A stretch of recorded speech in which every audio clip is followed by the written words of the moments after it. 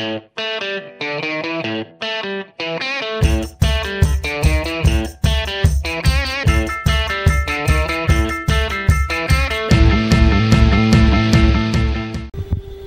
I'm Mark Clem, your host for Meet the Members of the National Ski Patrol. Hey, as we like to say, all season long, you can catch us on YouTube, Facebook, and social media everywhere, every Tuesday and Thursday, and we're anywhere from way upstate New York to Vermont to New Hampshire. We're all over the planet. We've been out west in Colorado, but you know what? This is my first time doing the show down here in the southern region, or the southern division. We've been in the Eastern Division for a long time, and we wanted to go south on 81 instead of north on 81 this time. Trust me, I know 81 from Albany all the way up to the Canadian border. I can probably drive it in my sleep. Kind of tired of that drive, but you know what? Next Wednesday I'll be driving back up, so who cares? But we're here today at Bryce Mountain, and this is not Killington. This is not Whiteface. This is not anywhere out west. You know what it is? It's a heck of a good time ski mountain, a little bit south, I guess, west or east. No, I guess it's southwest of Washington, D.C.? Southwest of Washington, D.C. Yes. That ridge just to the west of us right there is the West Virginia line. There you go. Hey, folks, West Virginia on one side, D.C. on the other. Holy cow, we got them all around here now. But we're in Virginia. We're in Virginia today, and we're here at Bryce Mountain, and I'm talking to the main dudes. How about that? Oh, no. The main dudes. Hey, we're talking to Glen Jackson, who is the patrol director, and we're talking to Andy Blugerman, who's the National Ski Patrol representative for Bryce Mountain Patrol. And hey guys, sunny out today. We're fighting the weather, but the snow looks good. Hey, how fun it is heading into the Christmas week here with snow on every trail. It's awesome, actually. The last couple seasons have been a little challenging for us with the weather. We still had a whole bunch of rain, 80 inches of rain almost in our area over the last spring, summer, fall. Yeah. To be this open during Christmas week that's just awesome. Well, that 80 inches, I'm sure the kayakers out there are having a fun time, but we want it to freeze and be white. Yes. And actually, we were able to make snow last night, tonight, and hopefully tomorrow. So what we have is just to even get a little bit more. Hey, folks, we can always use a little bit more. We can use a whole lot. But, again, Andy Blugerman, the National Ski Patrol representative here at Bryce Mountain, and Glen Jackson. And guys, I've been kind of looking at the mountain, and not a whole lot of trails here, and we're having fun. And, you know, everybody that's walked out of the lodge has had one giant smile on their face. And that's what you want, right? That's exactly what we want. That's what we need.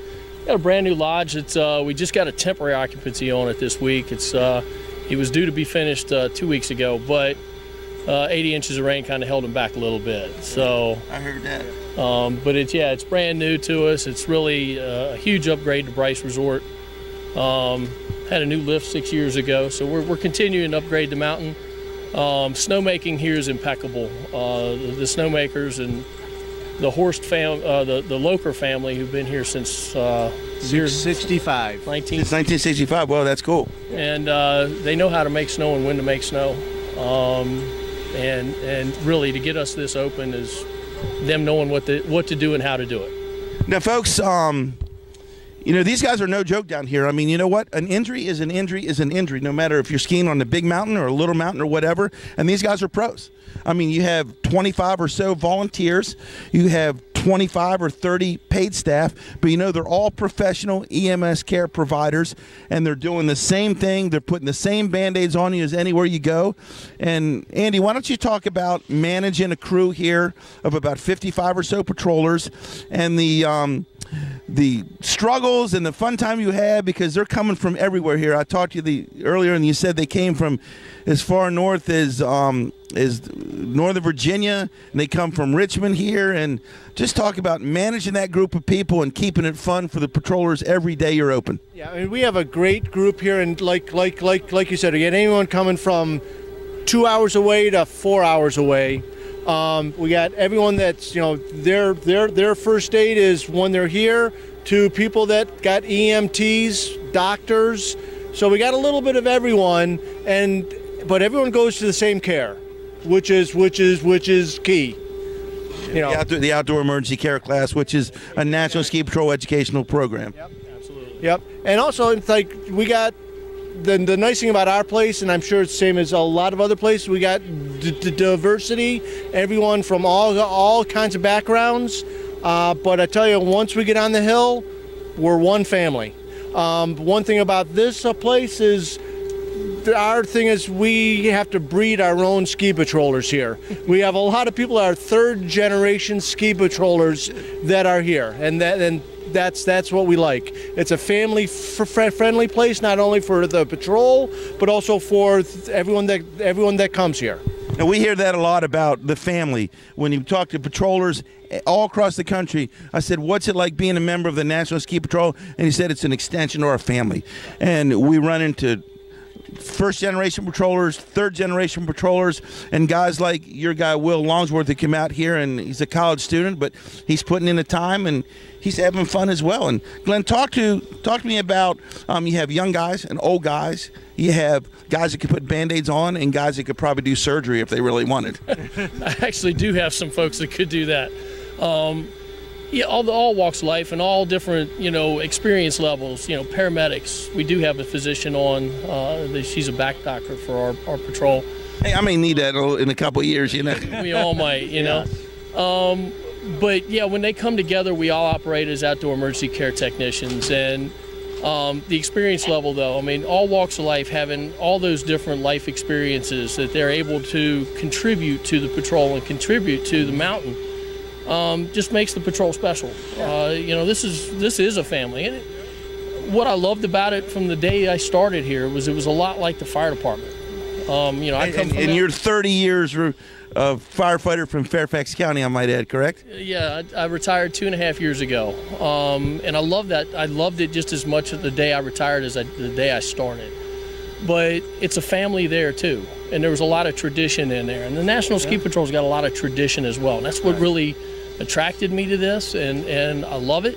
I'm lucky. I was able to retire from that job and then to have this job here. I'm the safety director for the resort as well, so I'm the safety and patrol director is what they technically call me. Yeah, but we're all having fun out there on the mountain when you put it down to it. Yeah. But we do. We have a great time here, and everybody, young and old here. We've got a patroller. We just retired this year. He started this patrol. Wow. He's been 50 years on the National Ski Patrol. Wow, that's cool. And 53 years patrolling. Yeah. Holy cow, I'm only 55. He was patrolling when I was 2. How about that?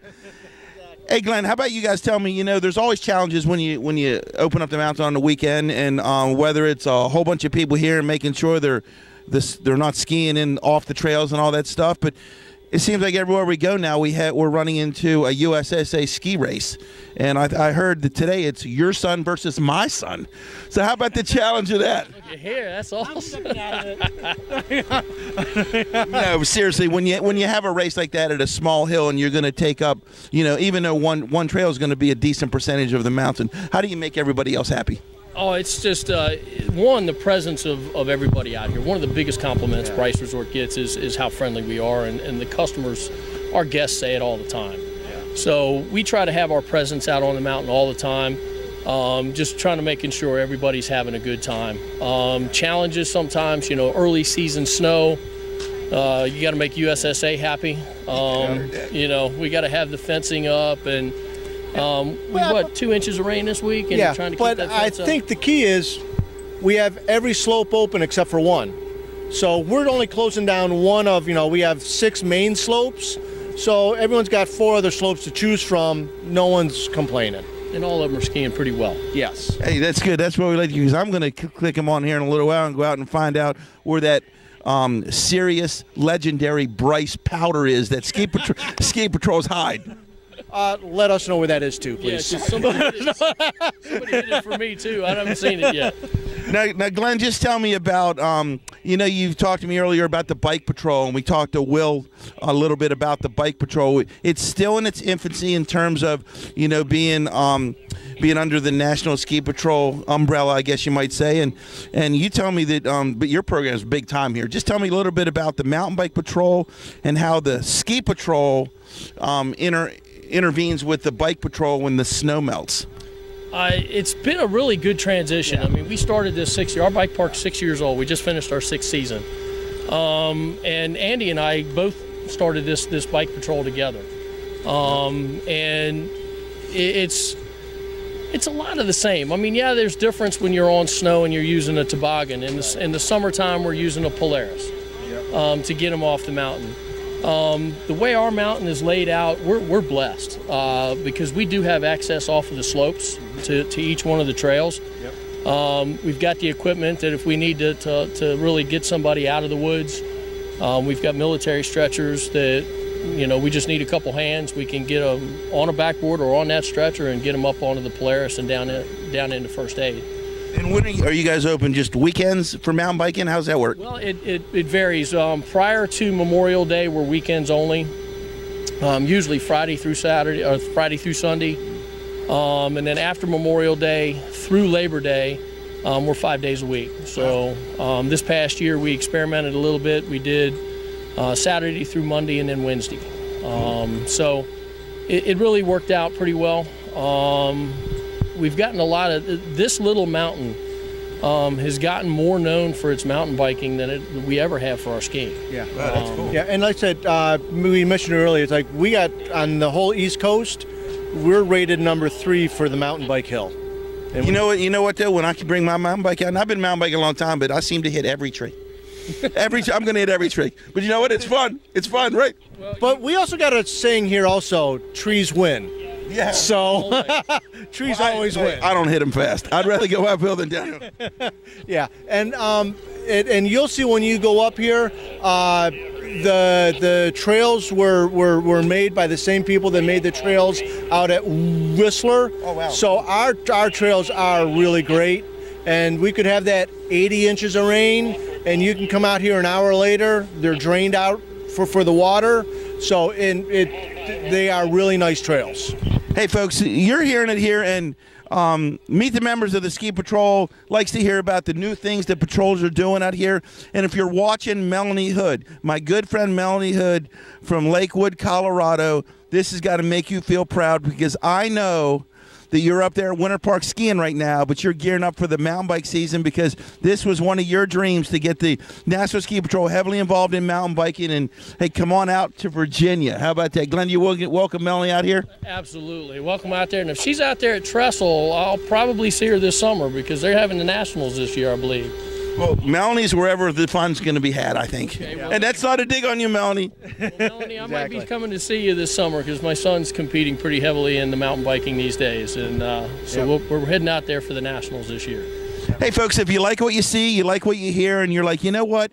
Something has got to push me over the brink to become a member of the National Ski Patrol, whether it's on the snow, whether it's on a bike, or whatever. Pick your poison, as they may say, right? Hey, just pick up the phone. Call your local ski patrol director or mountain bike director and say, hey, how can I get involved? I want to be one of you guys. And if they're out having a whole bunch of fun, like probably they are, log on to www.nsp.org, and the folks out in Lakewood, Colorado at the national office will gladly, no problem, get you started, pointed in the right direction. And if you've got a bike and you're in Northern Virginia or you have some skis, I'm sure Andy and Glenn will definitely welcome you to Bryce Mountain. If you even need a bike, we have the bikes for you. Oh, there you go. We have I don't have to get mine muddy? No, if you don't want to, we have a fleet of 50 bikes, downhill mountain bikes for you to rent so you don't even need a bike. Just bring yourself. And then they got a ski shop in here where you can rent skis too. So, hey, come on down and have a lot of fun. Hey, again, I'm Mark Clem, your host for Meet the Members of the National Ski Patrol all season long. Every Tuesdays and Thursdays, the bandwagon is fired up. Jump on board. Catch me if you can. Virginia today, up north next week. Who knows the week after that? Hey, log on, find us, watch us, have a lot of fun, like us and share us. Again, I'm Mark Clem, your host for Meet the Members of the National Ski Patrol. Jump on board.